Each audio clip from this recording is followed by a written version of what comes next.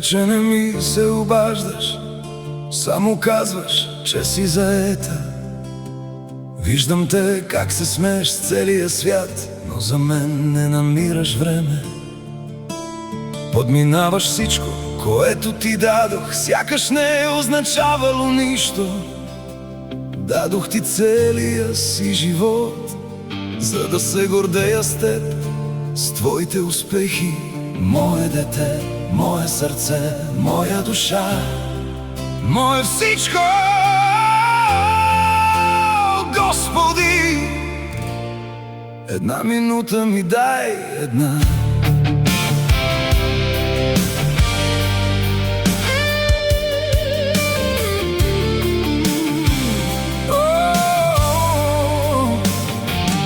Аз чакам в тъмната къща със спомените на онези дни, в които се чуваше твоя смях, в които всички се спъваха в разхвърляните играчки и все се надяваха тази нощ ти да заспиш на време.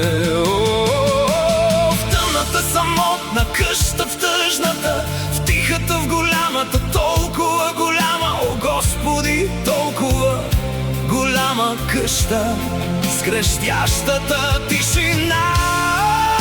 О Господи, една минута ми дай, една.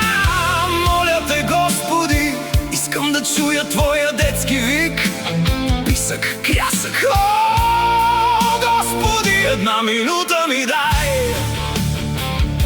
Ръцете ми кървяха заради теб, работех докато ръцете и краката започнат да треперят. Пропуснах собствените си мечти, за да можеш ти да преследваш своите. Да, така е така. Стоях навън на студа, за да можеш ти да спиш на топло. Преглъщах всеки свой страх, само за да бъдеш добре, за да бъдеш моята гордост, мое сърце и душа, мое всичко.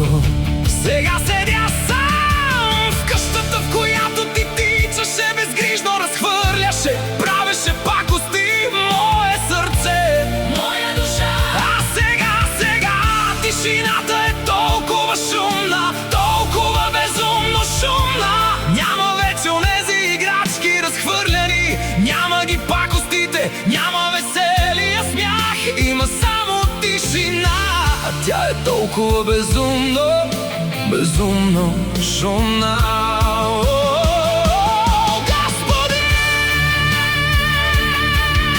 Когато си отида, когато дървения ковчег докосне пръста и звука на последното с Богом най-накрая започне да боли, болката безумна и тишината толкова шумна, толкова безумно шумна.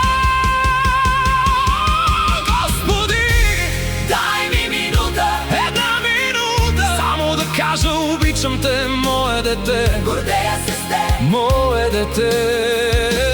Гледах как бързо продължаваш напред, докато аз оставах затворен в миналото.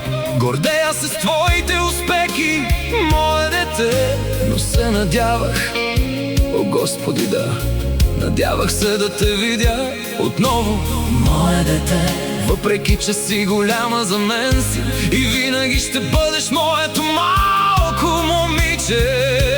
Всяка нощ оставях лампата на верандата да свети, казвах си, че ще дойдеш да намериш пътя към бащиния дом. Винаги телефона беше до мен и очаквах, чаках, а тишината беше толкова безумно шумна. О, Господи, дай ми минута, още една минута, за да може моето дете да се обади, да дойда в бащината къща, там, където тичаше безгрижно мое дете, мое сърце, моя душа, мое всичко. Защо никога не се прибра?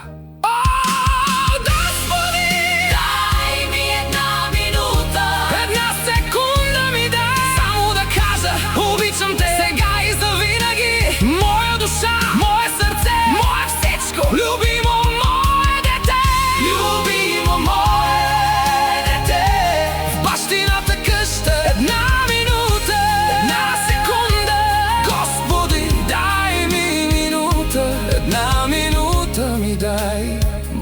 любов, моє дете.